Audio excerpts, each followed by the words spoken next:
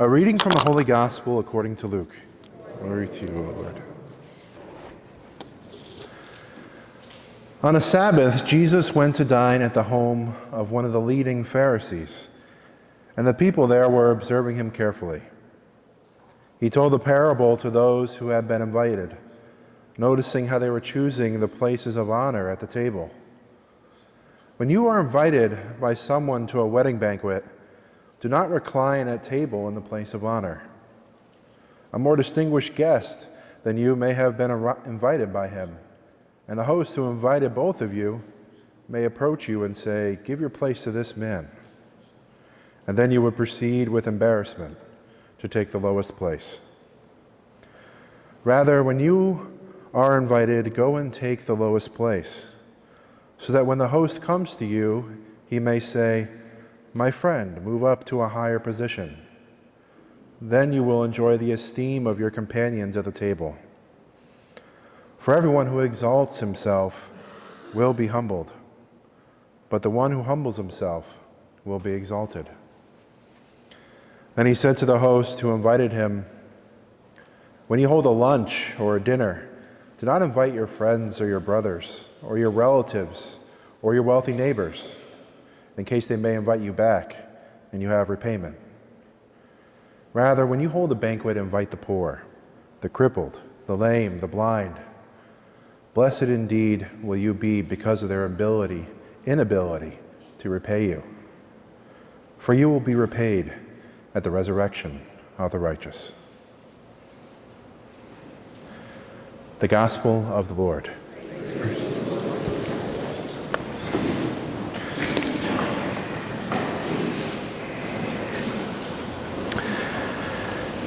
As always, there's so many different themes that run throughout the readings that we have each week.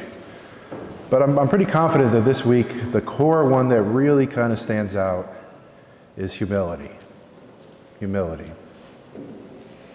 If we think about the first reading that we heard today, it talks about how the humble are praised by God, right? He says, "Those that are humble I approve of. Those are humble."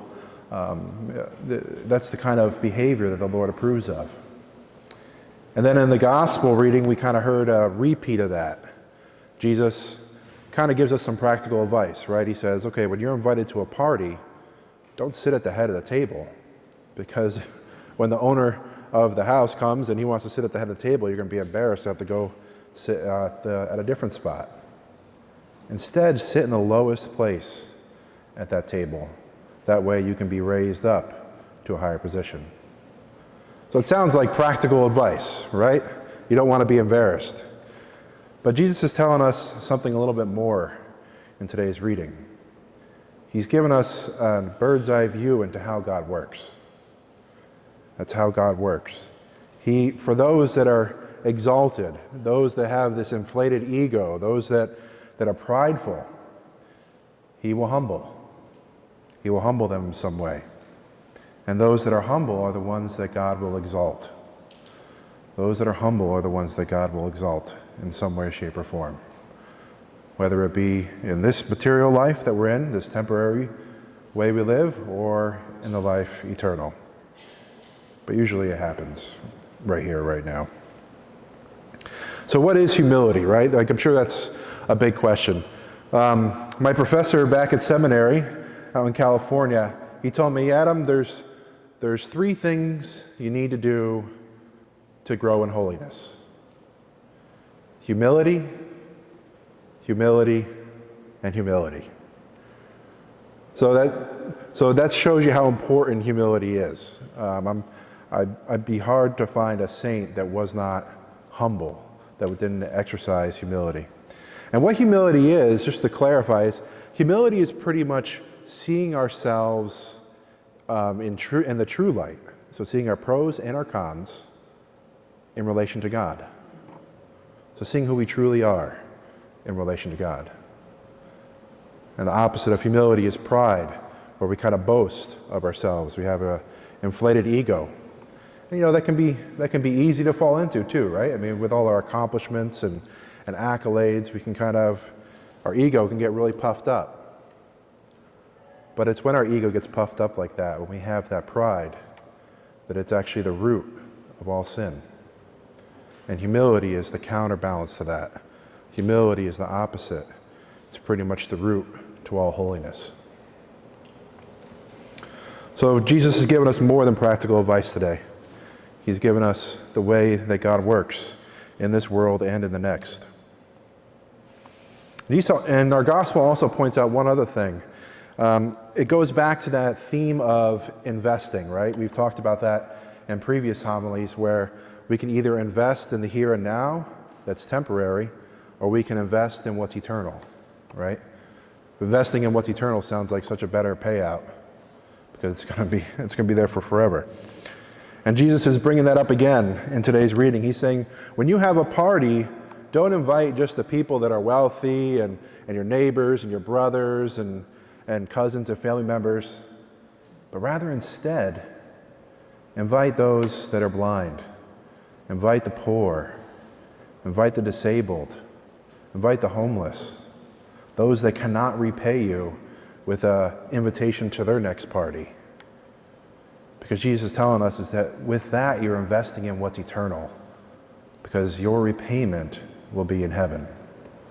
You're carrying out God's will by doing that. You're blessing the poor and those that are less fortunate in a certain sense. So a great example of someone that's exercised tremendous humility, I would say, is Carlo Acutis.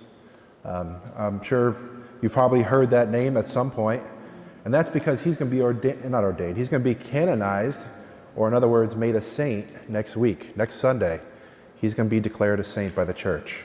Carlo Acutis, a 15-year-old boy, the first millennial saint. And what I mean by millennial, I mean, you have Gen Z, Gen X, he's the millennial, meaning he just passed away, I think it was 2004 or 2006. That's a very recent saint, very recent. And if you followed him at all, you'll hear about how he's well known for his use of technology. So Carlo was born in the era where computers were starting to become mainstream in the 1990s, right? We have Windows 95 and all that. Well, Carlo, at a very young age, was very passionate about the faith. Very passionate about the faith, most especially the Eucharist. He would tell his male nanny, right? I think that, I'm not sure what you call a male that's a nanny, but he would talk to his male nanny about the Eucharist and how it's Jesus truly present. He would share with him stories of Eucharistic miracles that happen throughout the world. And that nanny actually ended up converting to the faith because of an 8-year-old boy, a 9-year-old boy. His passion was very intense, very intense. And EWTN put out a great video recently on YouTube that's free. It's titled, "I Am With You." Fantastic movie. I just watched it 2 or 3 days ago. And it really shines as to how this 15-year-old little boy is so holy and filled with grace. That was just so recent. So with his devotion to the Eucharist, the same Eucharist that we receive here every week at Mass, he wanted to use technology to spread the gospel. He wanted to use technology to help people come back to the faith, to grow in faith. So at the age of 8, Carlos started studying computer programming. The age of 8. So at 8 years old, which is a really little kid, he's studying C, the language C, C++, JavaScript, HTML, CSS. His mother started to buy him college tech books from the Polytechnical Institute of Milan. At the age of 13, he actually created a website that's fully online to this day. Remarkable, very smart and grace-filled kid. He created a website actually that displays all the Eucharistic miracles throughout the world, throughout history. And I won't go too much in depth on what a Eucharistic miracle is, but I promise you, if you look it up, it's going to be quite profound. And there's many, many, many that have happened throughout the history of the church that are scientifically backed, scientifically critiqued. So Carlo knew about these, and he was like, I need to let other people know. I need to get this word out. So at the young age of 13, or a young age of 8, he starts learning computer languages and creates a website. Quite remarkable. So that's our saint. That is our saint for our era, who is just alive in the 2000s. That's remarkable. And you would think that being like this, in a sense, kind of like a genius that's doing programming at such a young age, that he would become elated, right? That he would become like proud of himself and have this huge ego and maybe like stop coming to Mass because he's too good for Mass, or maybe he would stop hanging out with certain kids because he's only hanging out with the cool kids now that he's has his own website and he knows programming language. But that's not what Carlo did.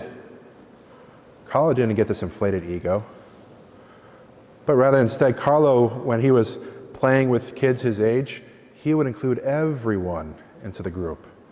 He wouldn't exclude people and just hang out with the cool kids. Everybody would be included.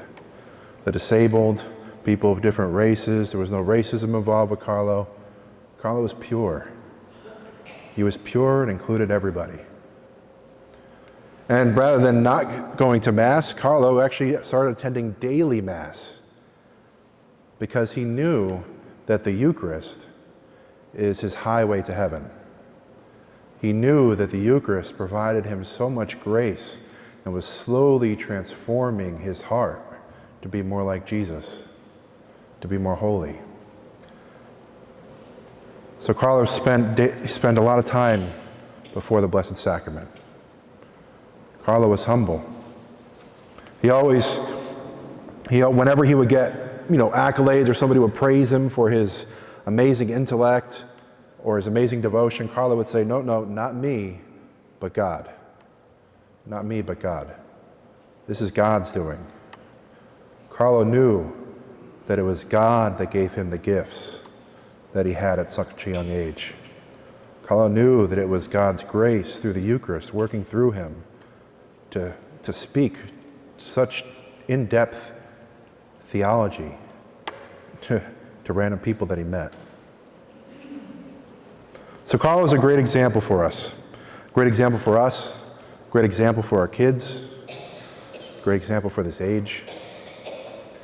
And if you are so interested, there's that movie on YouTube for free, I Am With You, made by EWTN, that really kind of shines a light on how special this young boy was that God provided us.